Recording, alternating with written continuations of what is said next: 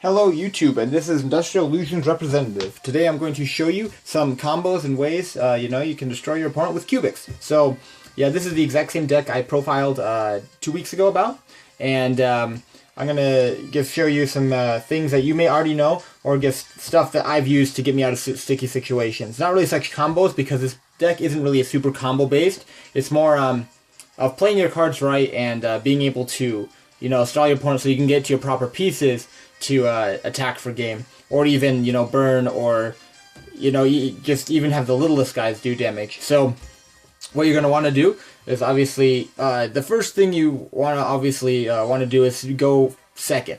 This is like you need your battle phase, and that's really not a problem because you don't have to worry about the die roll. Your opponent, he can go first or whatever, or she, because most people want to go first. That's just the thing, and they want to set up these unbeatable boards.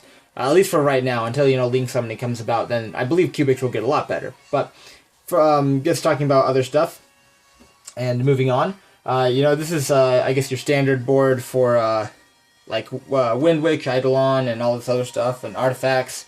You really don't have to worry about any of their monsters. Here we'll just start out with a standard hand.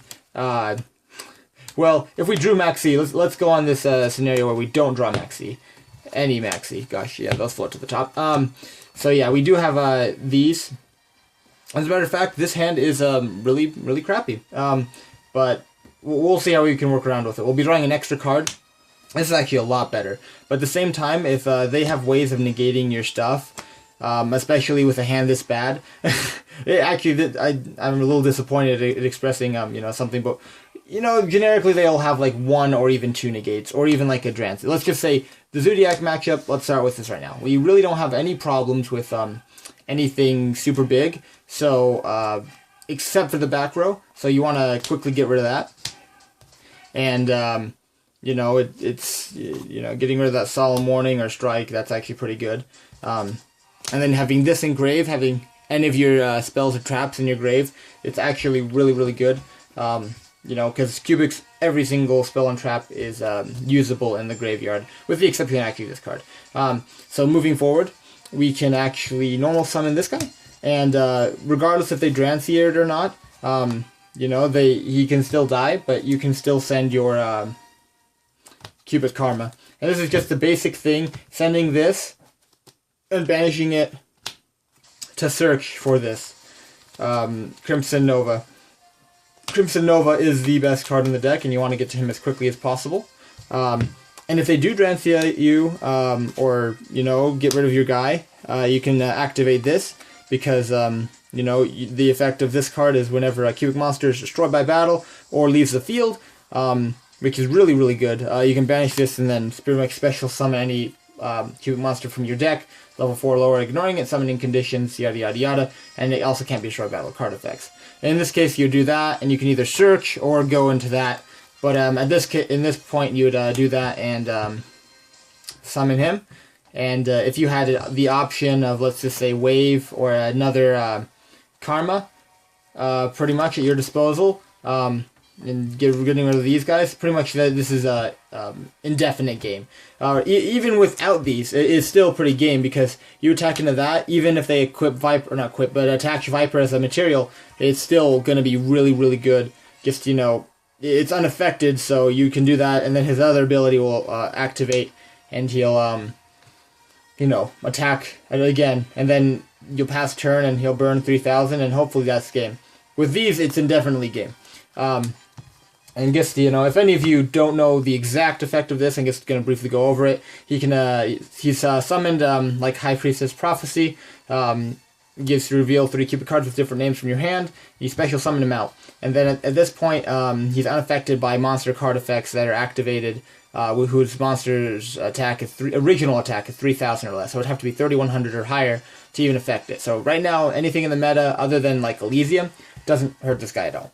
So just dealing with that, that's actually a really, really good, it's extremely good Zodiac matchup. I wouldn't say a good Zodiac matchup, but it's unfair in the fact that, they, alongside like D-Barrier or Strike or Solemn Warning and other reactive traps, they're just going to have a tough time going through everything.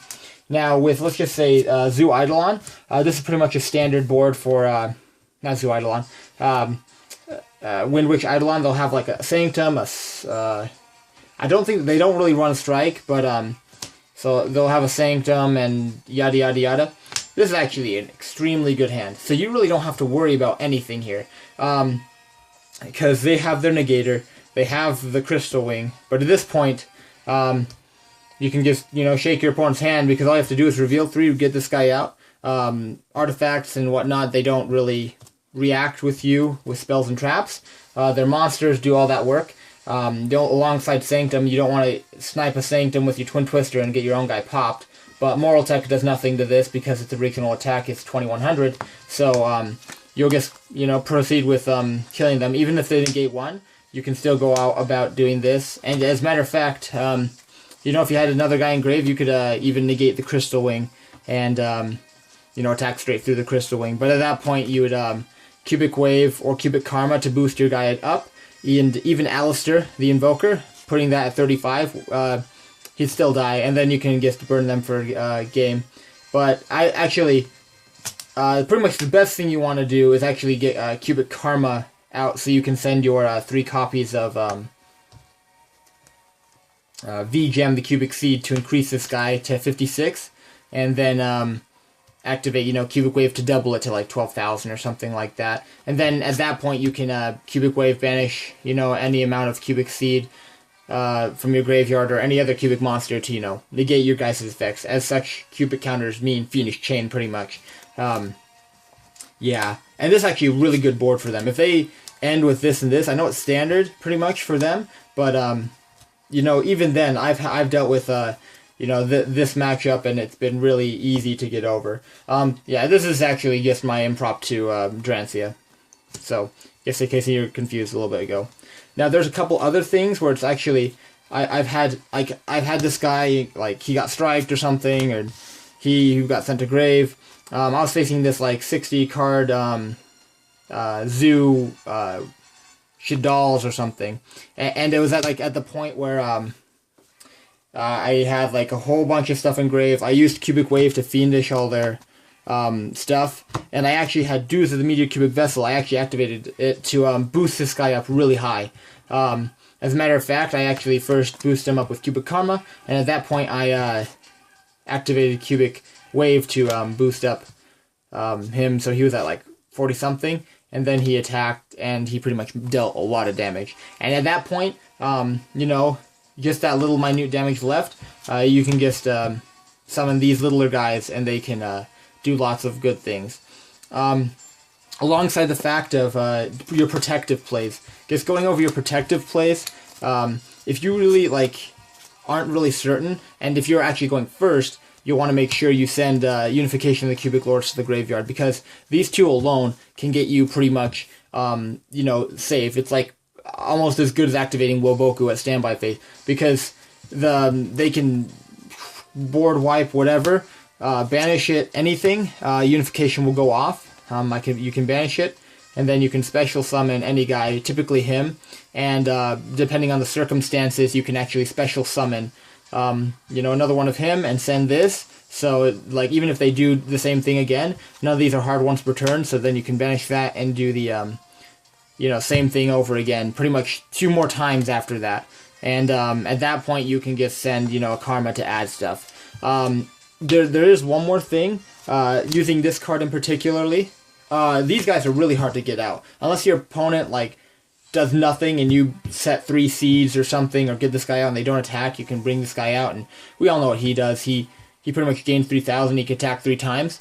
Really cool. But there's another way you can do things, is just by, using this to bring out him, because it Nordic summoning conditions, and you can, self-ram into this guy, and then special summon, 3 cubic guys from your graveyard, and then pretty much add him back to hand, or any other piece you need, because any of these level 4 dudes, they actually add back to hand, or from grave or deck, any cubic card, so it's actually really good. So this guy in particularly is amazing, because I've had games where it's just, boom, he's on the field, my opponent, all 3 of my cubic novas in the grave, so my opponent thought it was game for me, but as a matter of fact, just bringing this guy out just because I had 3 guys out. You know, attacked for game, attacked 3 times, and it was victory.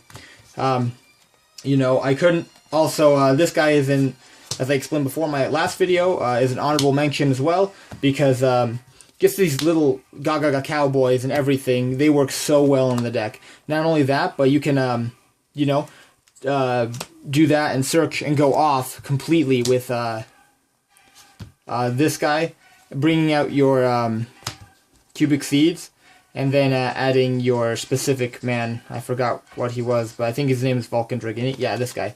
And then he does the same thing, and then he can burn, because this one special summons 2, and then main phase 2 you can burn for, so pretty much you can get 1600 damage in a turn, just by these guys alone. And if you had multiple, these aren't even a hard ones per turn either, so you can just do 1600, 3600 all at once, not including, you know, Crimson, Nova, and all that. So pretty much this deck has a weird combination of all that. Alongside, you know, dealing with all this, and your opponent's back row over here, there's really, you know, nothing that can stop this deck as long as you play your cards right. There are, you know, some obvious floodgate things and stuff, but really this is just, I feel like it's super supreme right now, especially in this meta, just because, you know, a lot of things